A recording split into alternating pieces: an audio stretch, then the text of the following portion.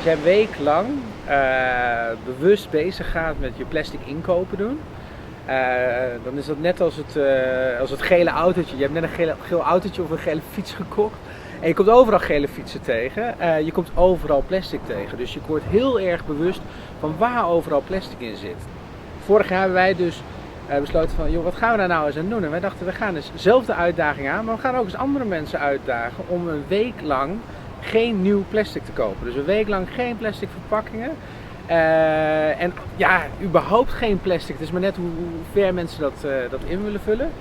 En in die week worden mensen dus heel erg bewust van hoeveel plastic ze gebruiken, hoeveel onnodig plastic er is in onze schappen, maar ook hoeveel alternatieven er zijn. Hoe makkelijk het eigenlijk is om heel veel plastic te vermijden. Net zoals dit, ja, het ziet er natuurlijk allemaal heel erg leuk uit. Je hebt een plastic bakje en je hebt een omverpakking. Nou, de verpakkingsindustrie kan dat misschien wat nuttig vinden.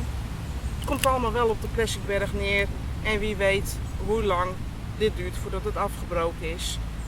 Als je alleen al weet dat er 5 miljoen huishoudens in Nederland zijn, wat voor plastic bergen moeten dat dan wel niet zijn? Dat moeten voetbalvelden vol zijn. Allemaal materiaal wat misschien dan wel 100 jaar blijft liggen. Al het afval wat niet in recycling terechtkomt, wat dus op straat achterblijft, etc., komt uiteindelijk in de oceanen terecht, grotendeels. En via stromingen in die oceanen komt het allemaal bij elkaar. En we hebben het dan over, eentje, een hele bekende is in de Stille Oceaan. Dat is dus plastic afval en ander afval wat zich verzameld heeft ter grootte van Frankrijk, Spanje en Portugal samen.